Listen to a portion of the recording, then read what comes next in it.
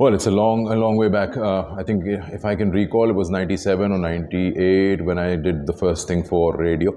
And then so on and so forth. It was never a profession for me. It was never something that I wanted to pursue, but one thing led to another. And I started enjoying it because I loved the game anyway. Who doesn't love it in Pakistan?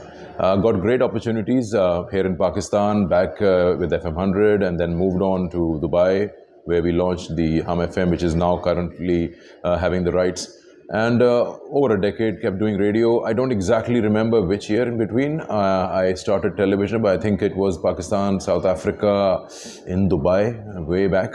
And that is when I started with 10 Sports. Found myself in a comfort zone, because when you do radio and then you come to television, radio is a little more difficult, where you sketch a whole picture and you got to talk continuously. Here, pictures talk for you, and you just have to put your voice to it.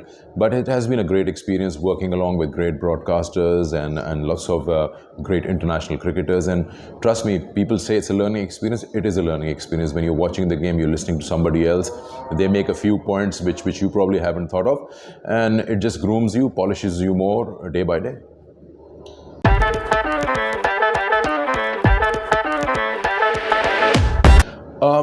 Firstly, I've never done journalism, never been part of it, never wrote anything. I've been purely a broadcaster. So my background is more of a radio jockey, more towards music, and then I came into this. So I basically had the idea of voice modulation from before this. I had an idea how to, use the mic. Now, the thing was cricket. Cricket I played, not international, but I played, of course, over here, club level. I played in England for a long time. I played in the UAE. And I played amongst some of the good cricketers who were international cricketers. So I had an idea. So once you're out there, you do know exactly the ins and outs of the game and what you feel. And then if you're an ardent follower of the game, then you would know it. These days, even a layman knows stats and all that.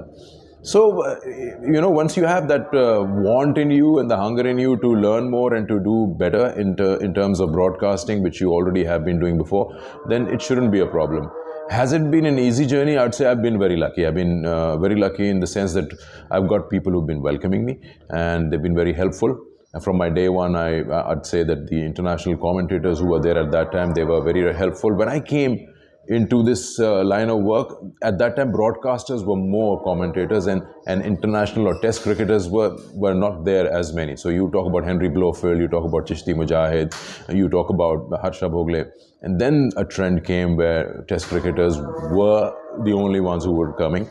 You don't see many new non-cricketing background broadcasters who have come forward. There are many who would love to, and I'd say keep going on with it. I see lots of guys doing this at the domestic level in Pakistan cricket, and that's step one.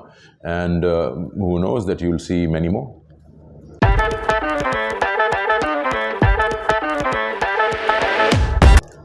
Well, I won't defend the pitches, but I would just say the background around it, why they were prepared this way, as far as I know, is because Pakistan was struggling in bowling department. Pakistan, when it started off the England series, no Shaheen Shah Afridi, Haris Rauf making his debut, Mohammad Wasim Jr. making his debut, Muhammad Ali making his debut. You don't walk into a test match against England with 4 debutants, but you had no choice. Zahid Mahmood making debut. So you didn't have any bowling attack who can take 20 wickets. So Pakistan probably thought, let's make a batting pitch and we try to make batting our strength and post that many runs and try to defend it. That did happen. You can say you scored 578, 79 in Pindi, but the opposition scored 600. Now, I wouldn't say, let's not mistake it. We cannot compare everything with England. England played something very different, 7 runs and over. So New Zealand will still be, well, as we speak right now, this match probably will go to a draw. They may play more conventional form of test cricket. But yes, having said that, the fast bowlers have had a tough time. The last 100 overs, before this, Pakistan has had only 2 wickets with the fast bowlers, which just tells you. Pakistan was never square turners. It was only in the UAE for the past decade we were playing where Saeed Ajmal, Abdur Rahman or Babar would take those wickets and win you matches and run through England, Kevin Peterson, Jonathan Trott. But here it's not the case. So Pakistan can make something that helps and favors somewhere in the middle, both batting and bowling. So you have an equal say as a bowling department and as a batting department. It will challenge the batting, but it will challenge both sides. Bowlers will have an opportunity, but it will be for both sides. And then you will probably see more result-oriented cricket, which I believe Pakistan has learned through these 3-4 test matches, and they will move towards that.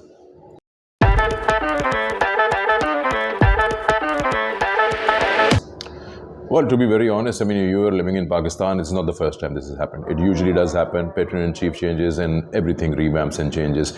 And somewhere the players also know it, that once the regime changes, everyone will come. Does it have an effect on the player? It's, I think, on the uncertainty factor. If a player individually feels that, you know, lots of changes will come and I'll have to deal with those others, and everybody has their own way of dealing, then, you know, things might just slow down in terms of results. I don't think Babar is worried about losing his place. He'll never lose his place with the form he is in. But what happens is that you have to deal with different people, a different set of people, and then they have to blend in your thinking process where you want to see Pakistan cricket in the next 1 year or 2 years. So you could say a few hiccups, but when you're playing Pakistan cricket, when you're playing cricket in this country, you know that these changes can come about. You make friends with these situations rather than just, you know, trying to tell yourself that these are my hiding spots, this happened, that is why that happened. I don't think that Pakistan cricket team has been touched in any particular way, or whatever is happening is on the administrative level, and it should never touch the Pakistan cricket team. They've been doing brilliantly well with the white ball in terms of ODIs, in terms of white ball T20s. You know, we played the Asia Cup final, World Cup final. It's just the test cricket which has been a bit of a dent with these whitewash for the first time. But, you know, when you're there to win, the other team is also there to beat you, and results can go either way as long as you put up a fight.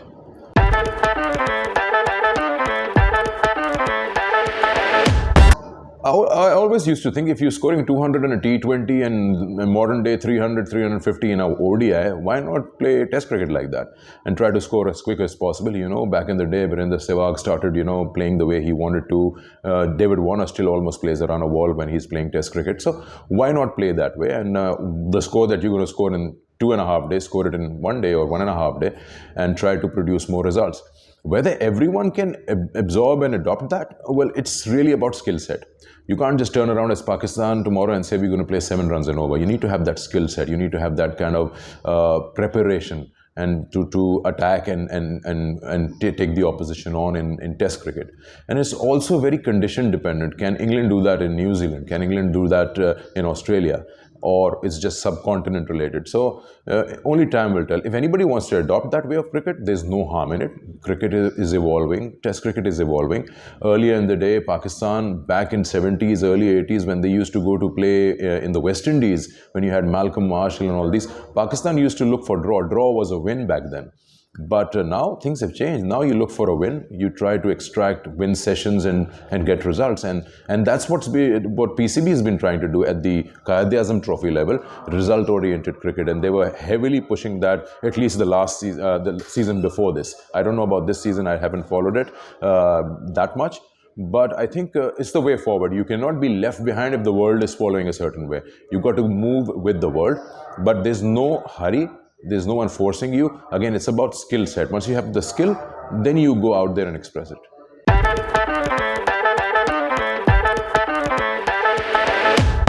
You come through the ranks. Just like an actor comes from theatre and then to television and then to movies, they've learned everything.